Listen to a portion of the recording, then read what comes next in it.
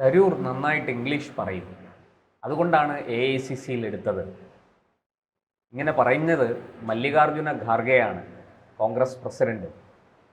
എന്താണ് സർ തരൂരിനോട് ഖാർഗെയ്ക്ക് ഇത്ര സ്നേഹം? അദ്ദേഹം മറ്റൊരു കാര്യം കൂടി പറഞ്ഞു. ഞങ്ങൾക്ക് രാജ്യത്തോടാണ് സ്നേഹം, പക്ഷെ ചിലർക്ക് മോദിയോടാണ് പ്രേമം. അതും തരൂരിനെ ഉദ്ദേശിച്ച് തന്നെ പറഞ്ഞതാണ്. എന്താണ് നമ്മൾ അതിൽ നിന്ന് വായിച്ചെടുക്കേണ്ടത്? ഈ ഖാർഗെയ്ക്ക് ഇപ്പോഴാണോ മനസ്സിലായത് ശശി തരൂരിന് ഇംഗ്ലീഷ് നന്നായിട്ട് അറിയാം? അതോ ആക്കിക്കൊണ്ട് പറഞ്ഞതാണ്? എനിക്കൊരു സംശയം. അതിനേക്കാൾ നന്നായിട്ട് ഇവർക്കറിയാവുന്നതാണ്. മല്ലികാർജുൻ ഖാർഗെ എങ്ങനെ എന്തിനു വേണ്ടിയാണ് അവിടെ കോൺഗ്രസ് അധ്യക്ഷ സ്ഥാനത്ത് ഇരുത്തിയിരിക്കുന്നതെന്നൊക്കെ നമുക്കറിയാം. വെറും ചാടിക്കളിക്കട കുഞ്ഞിരാമ എന്ന് പറയുമ്പം അതനുസരിച്ച് തുള്ളി നടക്കുന്ന ആളല്ലേ. അല്ല, സ്വന്തമായിട്ടൊരു തീരുമാനം എടുക്കാൻ ഖാർഗെയ്ക്ക് ആകുമോ? ശശി തരൂര് ഇനിയിപ്പോൾ എല്ലാവരും എന്ന് പറയും BJPയിലോട്ട് പോകുന്നു, കേന്ദ്രമന്ത്രിയാവും. കേന്ദ്രമന്ത്രിയൊന്നും ആകാനൊന്നുമല്ല. വേറെ സ്ഥാനമാനം അദ്ദേഹത്തിന് നിൽക്കുന്നു. അതിനേക്കാൾ വലിയ സ്ഥാനങ്ങൾ കിട്ടാൻ സാധ്യതയുണ്ട്. നമ്മൾ പലപ്പോഴും പറഞ്ഞിട്ടുള്ളതല്ലേ, അദ്ദേഹത്തിന് ഈ തിരുവനന്തപുരത്തെ MP എന്നുള്ളതൊന്നും ഒരു ഭൂഷണമല്ല. അദ്ദേഹത്തിൻ്റെ ബയോഡേറ്റയിലെ ഏറ്റവും അവസാനത്തെ കാര്യമാണ് തിരുവനന്തപുരത്തെ MP എന്നുള്ളത്. അല്ലാതെ ബയോഡേറ്റയിൽ ആദ്യം അദ്ദേഹത്തിന് ചേർക്കാൻ വേറെ പല കാര്യങ്ങൾ നിൽക്കുന്നുണ്ട്. ഇത് കോൺഗ്രസ് തന്നെയാണ് ഇങ്ങനെ ആക്കിയത്. തരൂരിനെ അർഹമായ സ്ഥാനം നൽകി തരൂരിനെ ഇരുത്തിയിരുന്നു എങ്കിൽ ഇന്ന് പാർലമെന്റിൽ എത്ര സീറ്റുണ്ടോ അതിനേക്കാൾ 10 സീറ്റെങ്കിലും കൂടുതലുമായിട്ട് ഇപ്പോൾ ഇരിക്കാമായിരുന്നു അവർക്ക്. തരൂരിനെ പോലുള്ളവരുടെ നേതൃത്വം വരണമെന്നുള്ളതാണ്. തരൂരിനെ പോലുള്ളവരുടെ നേതൃത്വം പോയി കഴിഞ്ഞാൽ നമുക്കറിയാം, അത് പിന്നെ കോൺഗ്രസ് നെഹ്റു അടിമുടി മാറി. അവരുടെ നെഹ്റുവിയൻ ലെഗസി ഒക്കെ വെള്ളത്തിൽ വരച്ച സോണിയയുടെ വീട്ടിൽ നിന്ന് കോൺഗ്രസ് ഇറങ്ങും എന്നുള്ളത് അറിയാം. തരൂരിനെ മനസ്സുകൊണ്ട് അംഗീകരിക്കുന്ന നിരവധി കോൺഗ്രസ്സുകാർ കോൺഗ്രസിനകത്തുണ്ട്. പക്ഷെ അവർക്ക് അങ്ങോട്ട് ഇട്ടെറിഞ്ഞിട്ട് പോകാനും വയ്യ. അതുകൊണ്ടാണ് മിണ്ടാതിരിക്കുന്നത്. ഈ വളരെ തന്ത്രപൂർവമാണ് നരേന്ദ്രമോദി ഇത് കൈകാര്യം ചെയ്തത്, അല്ലെ BJP നേതൃത്വം. കാരണം തരൂർ അതിവിദഗ്ധമായിട്ട് നയതന്ത്ര കാര്യങ്ങൾ കൈകാര്യം ചെയ്യുമെന്ന് ഇവർക്കെല്ലാവർക്കും അറിയാം. അത് ഈ ഓപ്പറേഷൻ സിന്ദൂറിലൂടെ ഉപയോഗിച്ചു എന്നുള്ളതാണ്. അദ്ദേഹത്തിന് വെളിയിൽ കിട്ടിയ അംഗീകാരം, അദ്ദേഹത്തിന് ഇത് ആദ്യമായിട്ടൊന്നുമല്ല വെളിയിൽ ഈ അംഗീകാരം കിട്ടുന്നത്.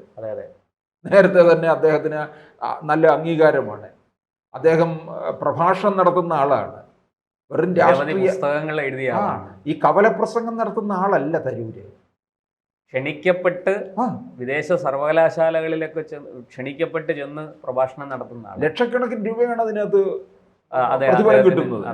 ഇപ്പം എനിക്ക് തോന്നുന്നു അങ്ങനെ പ്രസംഗിക്കുകയും വിദേശ സർവകലാശാലകളിലൊക്കെ പിന്നെ വലിയ സ്ഥാനമാനങ്ങൾ നേടിയിട്ടുള്ള പ്രഭാഷണത്തിന് വേണ്ടി കാത്തിരുന്നത് ഇന്ത്യയിൽ നിന്നുള്ള 2 പേരേ ഉള്ളൂ. ഒന്ന് ഇപ്പം നമ്മൾ ശശി തരൂരിൻ്റെ കാര്യം പറഞ്ഞു, മറ്റൊന്ന് ഡോക്ടർ APJ അബ്ദുൽ കലാം. അബ്ദുൽ കലാമിനെ സംബന്ധിച്ചിടത്തോളം എവിടെ പിന്നെ കുട്ടികളെ കണ്ടാലും ഉടനെ അദ്ദേഹം പഠിപ്പിക്കാൻ തുടങ്ങും. അദ്ദേഹത്തിന് ക്ലാസ് എടുക്കുന്നത് വലിയ ഇഷ്ടമുള്ള കാര്യം. ഓർക്കുന്നുണ്ടോ, വാജ്പേയി സർക്കാരിൻ്റെ കാലത്താണ് ഇദ്ദേഹത്തെ രാഷ്ട്രപതിയാക്കുന്നത്. ഈ രാഷ്ട്രപതിയാക്കാൻ തീർച്ചപ്പെടുത്തിയ കാര്യം ഇദ്ദേഹത്തെ എവിടെ പോയാണ് അറിയിക്കുന്നത്? എനിക്ക് തോന്നുന്നു, എൻ്റെ ഓർമ്മ ശരിയാണെങ്കിൽ മധുരയിൽ എങ്ങാണ്ടോ എവിടെയോ ക്ലാസ് എടുത്തുകൊണ്ടിരിക്കുകയായിരുന്നു. അവിടുന്നാണ് പിടിച്ചുകൊണ്ട് വരുന്നത്. അദ്ദേഹം മൊബൈലൊന്നും ഉപയോഗിക്കത്തില്ലല്ലോ, അങ്ങനെയാണ് കൊണ്ടുവരുന്നത്. അതുപോലെ വിദേശത്ത് പ്രഭാഷണം നടത്തുമ്പോഴല്ലായിരുന്നു അദ്ദേഹം അല്ലേ അറ്റാക്ക് വന്ന്? അതിനെക്കുറിച്ച് വിദേശത്തായിരുന്നു എന്തായാലും. അതും പ്രഭാഷണത്തിന് വേണ്ടി പോവുകയോ പ്രഭാഷണ വേദിയോ ആയിരുന്നു എന്നുള്ളതാണ്. അപ്പോൾ അവരൊക്കെ അത്രത്തോളം ആ പ്രഭാഷണ കലയിൽ ഇൻവോൾവ് ആയിട്ടുണ്ട്, ഭാഷ നന്നായിട്ടുണ്ട് എന്നുള്ളതാണ്.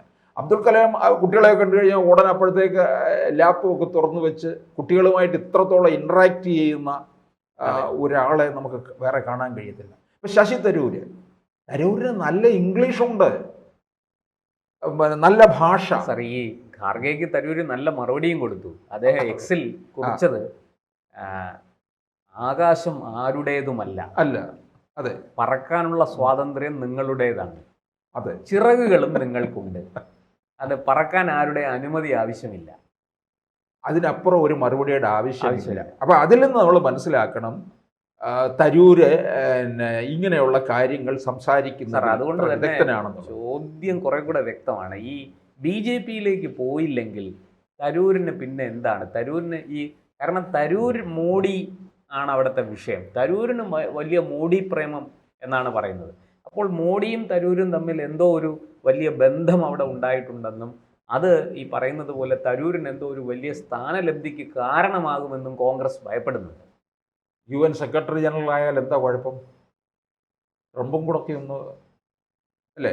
ട്രംപുമായിട്ട് തരൂര് നല്ല ബന്ധമാണ്. ഒന്ന് വിചാരിച്ചു കഴിഞ്ഞാൽ മോദിയും അതിനകത്ത് ചില നീക്കങ്ങളൊക്കെ നടത്തിയിട്ടുണ്ട്. അതിങ്ങനെ വളരെ അതിൻ്റെ ഓരോരോ സ്റ്റെപ്പ് പൂർത്തീകരിച്ച് വരികയാണ്. അപ്പോൾ തരൂര് പെട്ടെന്ന് ഇങ്ങനെ കോൺഗ്രസിൽ നിന്ന് പോരുന്നില്ല. ഓപ്പറേഷൻ സിന്ദൂർ ഇതിനകത്തൊരു നിമിത്തവുമായി അതിലൂടെ കാര്യങ്ങൾ വെച്ചുകൊണ്ട് പോവുകയാണ്. അപ്പോൾ അങ്ങനെ ഒരു സ്ഥാനത്തേക്ക് കൊണ്ടുവരികയാണെന്നുണ്ടെങ്കിൽ അപ്പോൾ ഇന്ത്യയുടെ ഒരു വലിയ അഭിമാന നേട്ടമാവുകയും ചെയ്യും. എനിക്ക് തോന്നുന്നു വൈകാതെ തിരുവനന്തപുരത്ത് ഒരു ഉപതെരഞ്ഞെടുപ്പുണ്ട്. തരൂര് അങ്ങനെയുള്ള ഒരു സ്ഥാനത്തേക്ക് പോവുകയാണെന്നുണ്ടെങ്കിൽ ഇനി അദ്ദേഹം MP സ്ഥാനം ഒഴിയേണ്ടി വരുമല്ലോ. ഈ ഒരു വർഷം പിന്നിട്ടതേ ഉള്ളൂ സർക്കാർ വന്നിട്ട്, മൂന്നാമത് വന്നിട്ട് 1 വർഷവും 1 മാസവും. ഇനിയും 4 വർഷം കിടക്കുകയാണ്. അപ്പോൾ തെരഞ്ഞെടുപ്പ് ഉണ്ടാകും എന്നുള്ളത് വ്യക്തമാണ്. അല്ല, അദ്ദേഹം വലിയൊരു സ്ഥാനലബ്ധി കിട്ടി അങ്ങോട്ടേക്ക് പോവുകയാണെങ്കിൽ പറഞ്ഞതുപോലെ തീർച്ചയായിട്ടും തിരുവനന്തപുരത്ത് ഉപതെരഞ്ഞെടുപ്പ് വരും. തരൂര് തെരഞ്ഞെടുപ്പ് പ്രചാരണ വേളയിൽ പറഞ്ഞല്ലോ, ഞാൻ ലാസ്റ്റാണ്, ഇനിയൊരു മത്സരത്തിൽ ഇല്ല എന്ന് പറഞ്ഞു. പക്ഷെ ഞാൻ ഈ തരൂരിനെ ഈ വക കാര്യങ്ങളിലൊക്കെ പിന്നെ അദ്ദേഹത്തിൻ്റെ പ്രൊഫൈൽ വേറൊരു തരത്തിലാണെന്നൊക്കെ പറഞ്ഞ് അംഗീകരിക്കുമെങ്കിലും തിരുവനന്തപുരത്തെ MP എന്നുള്ള രീതിയിൽ എനിക്ക് പരാജയമായിട്ട് കാണാൻ കഴിഞ്ഞിട്ടുണ്ട് കേട്ടോ. അല്ല സാർ, അദ്ദേഹം കേവലം ഒരു MP ആയിട്ട് ഒതുങ്ങി നിൽക്കാൻ പറ്റുന്ന ആളല്ല. വലിയൊരു ക്യാൻവാസ് ആണ് അദ്ദേഹത്തിന്. ഞാനത് ഇത് പറയാൻ കാര്യം എന്ന് പറഞ്ഞാൽ ഇപ്പൊ 4 തവണയായിട്ട് MP ആണ്. തിരുവനന്തപുരത്തിന് വലിയ നേട്ടം. തിരുവനന്തപുരം പ്രശാന്ത് തിരുവനന്തപുരത്തുകാരനാണ്. തിരുവനന്തപുരത്തിന് അദ്ദേഹത്തെ കൊണ്ട് ഉപദ്രവങ്ങളൊന്നുമില്ല. ഉപദ്രവമില്ല, വല്ലപ്പോഴും വരുന്നുടനെയില്ല. ഞാൻ എപ്പോഴും പറയാറുണ്ട്, അദ്ദേഹത്തെ പരിഹസിച്ചുകൊണ്ട് ഒരു എടുപ്പ് കുതിരയെ പോലെ ഇങ്ങനെ കൊണ്ടു നടക്കുന്നത് കാണാം, അല്ലാതൊന്നും. പിന്നെ ആറ്റുകാൽ ശല്യം ഉണ്ടാക്കുന്നില്ല. ആറ്റുകാൽ പൊങ്കാലയ്ക്ക് കൃത്യമായിട്ട് വരുന്നുണ്ട്.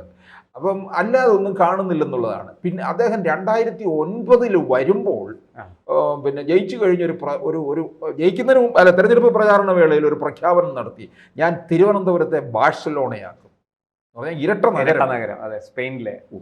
നമുക്ക് അന്ന് ഈ സംഭവം എന്താണെന്നൊന്നും പിടികിട്ടുന്നില്ല. തരൂരല്ലേ ആള്, തരൂര് ലോകം കണ്ടിട്ടുള്ള വ്യക്തിയല്ലേ. അപ്പോൾ നമ്മളെല്ലാവരും വിചാരിച്ചു തിരുവനന്തപുരം അങ്ങ് മാറും ഇനിയിപ്പം. അങ്ങ് നമുക്ക് പണ്ടേ അറിയാവുന്ന ഒരു കാര്യം, തിരുവനന്തപുരത്ത് ജയിച്ചിട്ടുള്ളതെല്ലാം കൂടുതലും വരുത്തന്മാരാണ്. പിന്നെ അല്ലാതെ വരുന്നത് ചാൾസും ശിവകുമാറും ഒക്കെ, അല്ലാതെ വേറെ ആരുമില്ല. പിന്നെ നീല ലോഹിതദാസൻ നാടാര് ജയിച്ചിട്ടുണ്ട്, ശരിയാണ്. വരുത്തന്മാർക്ക് KV സുരേന്ദ്രൻ. അപ്പം ഈ വരുത്തന്മാർക്ക് ഇവർക്ക് തിരുവനന്തപുരം നന്നാകണമെന്നൊന്നും ഇല്ല. അതിപ്പോഴും അങ്ങനെ തന്നെയാണ്. അപ്പോൾ ഈ തരൂര് വന്ന് ബാഴ്സലോണയാക്കുമെന്നൊക്കെ പറഞ്ഞു. അന്നത്തെ മേയർ K. ചന്ദ്രികയാണ്. മേയറുമായിട്ട് വലിയ ഗുസ്തിയായിരുന്നു ഇതിൻ്റെ പേരിൽ നടന്നത്. അവസാനം ബാഴ്സലോണയുടെ വഴിക്കും പോയി, തിരുവനന്തപുരം അങ്ങനെ തന്നെ കിടക്കുന്നു എന്നുള്ളതാണ്. അപ്പം തരൂര് പോകട്ടെ, തരൂരിൻ്റെതായ വഴികളിലൂടെ പോകട്ടെ. തരൂര് പറഞ്ഞതുപോലെ ആകാശമാണ്, പറക്കാനുള്ള ചിറകുകൊണ്ട് ആ ചിറക് ഉപയോഗിച്ച് പറന്ന് ആ വിഹായസിലൂടെ എത്ര വേണമെങ്കിലും തരൂര് പോകട്ടെ എന്നേ നമുക്ക് പറയാനുള്ളൂ.